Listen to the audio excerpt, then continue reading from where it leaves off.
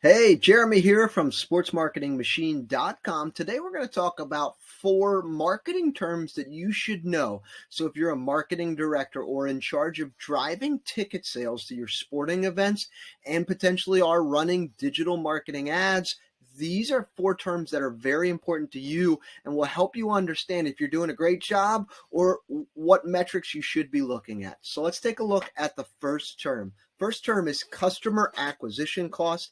CAC, CAC for short. The customer acquisition cost is how much it costs for you to acquire or to sell to a ticket buyer. So let's just say, for an example, you spend $100 on Facebook ads and you found 10 ticket buyers. Doesn't matter how many tickets they purchased, but you spent $100 and got 10 ticket buyers. In this case, 100 divided by 10 is 10. So your customer acquisition cost is $10. The customer acquisition cost tells you how much money you have to spend to acquire a ticket buyer. And it actually gives you a pretty good understanding of what it will cost for you to go out and say, okay, I'm going to allocate X amount of marketing dollars. On average, our customer acquisition is this. I should expect to receive Y in return in total ticket sales.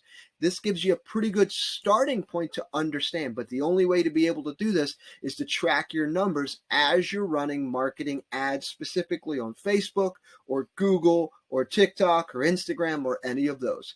Term number 2, and this is an important one, lifetime value.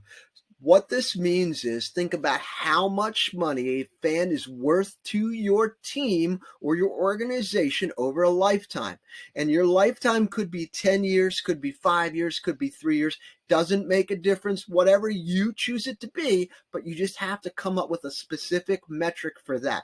Now, I know COVID has really created a mess. Some teams are going to take a look at this and say, hey, our lifetime value is really only 2 years because COVID wiped out one entire year. Whatever you choose to take a look at it from your lifetime value, have that predetermined year. So what happens here? Here's a good use case. So if a fan buys 4 tickets from you during the season and they were just $1 a ticket each time and only attends 1 game, the lifetime value is $4 because they bought 4 tickets at $1 each. So 1 times 4 is 4, and they only attended 1 game.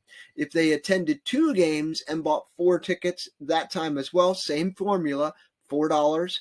So $1 times 4 tickets, right? So that's 4 times 2 equals 8. If that was the case, the lifetime value for the fan, depending on how many games they go to, in this case, just for sake of the conversation, would be 2. But just you have to be able to do the math to be able to figure out what the lifetime value is over a specific time period.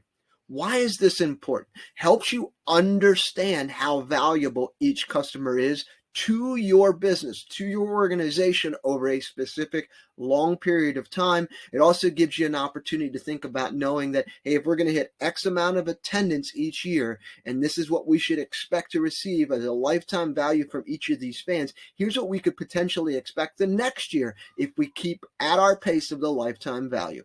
All right, term number 3. This is a big one because you're running ads, you're trying to get people to your website. Conversion rate. The conversion rate is the number of customers that say yes when you ask them to buy something. Here's an example. Let's say 10 people went to your website today and 5 of them bought tickets. Doesn't matter how many they purchased, but 10 and 5. So 5 into 10, that's 50% conversion rate. So you converted or convinced 50% of the folks that came to, in this case, your website to be able to buy tickets. On average, sports teams' websites convert at 2%.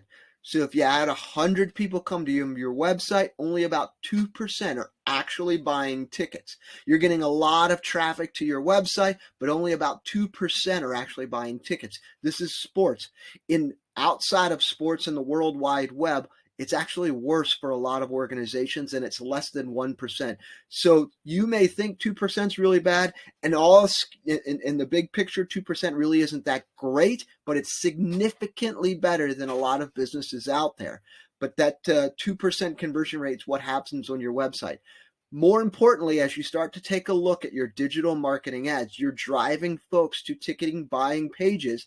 This gives you an understanding of how many people are getting to the page, how many people are converting, and it really gives you an understanding of, hey, did I hit my target audience? Am I talking to the right people? Did I include all the right information? Did I not have the right links in there? It really gives you a good understanding of what should be on a page and what tweaks you should make to be able to see if you can get it closer to 10% or 20% or even 30%, which would be magnificent. But the conversion rate tells you how successful you are of driving folks to a specific place and turning them into customers. Term number 4, average order value. And this is the part where we talk about the tickets purchased. So when a customer comes to your game or buys tickets online, let's just say they buy the merchandise and they buy food and they buy parking, right? Average order value is all of that together. What I like to do is take things into pieces. So average order value of your tickets. You take all of your ticket buyers, you get an average understanding of what average this is about what they're spending when they're buying tickets during the season, and this is how many tickets they would purchase. So an easy way to look at this is when you pull it and you say, okay, on average, all of our fans buy 4 tickets, and if they're all $10 each, the average order value is $40. That helps you from a customer acquisition cost. It gives you an understanding of if I put $5 in and the average order value is 40, it gives you an understanding from your marketing how to convert and what it looks like from your customer acquisition costs, what your conversion rate is. You've got all this data together and you can piece it together to really give a really good understanding of how your marketing is actually working, how you're driving ticket sales, and how you're putting money in and how much money you're getting back in return. So here you go, use case. Let's just say one customer buys 4 tickets at $1 each. Remember, that's the $4 average order value right there. So they're $4. And then they buy 2 more tickets to another game at $1 each. So they've spent a total of $6 with you.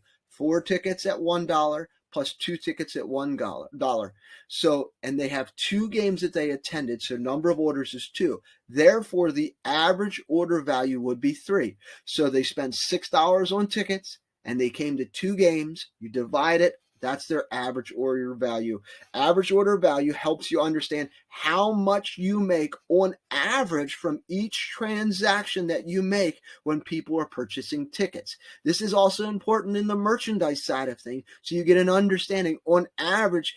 Fans who come out on Tuesday nights, they spend X in merchandise. On Friday, they spend Y on merchandise. When you have those numbers together, it can really help you give an understanding of budgets, goals, and where you need to allocate your marketing dollars to be able to drive more revenue. In baseball, working in baseball, we used to call this per cat, but we would put it all together in one bucket. I'm saying split it out so you give yourself a better understanding. All right, well, I hope you have enjoyed it. The 4 terms rather: customer acquisition cost, lifetime value, conversion rate, and average order value. My name's Jeremy. Like I said when we started this, I help sports teams of all sizes, help them grow their fan base and sell more tickets. Here's how you can find me, any of those different places there. If you've got questions, don't hesitate to reach out. I'm here to help you grow and get more fans to your games. Until next time.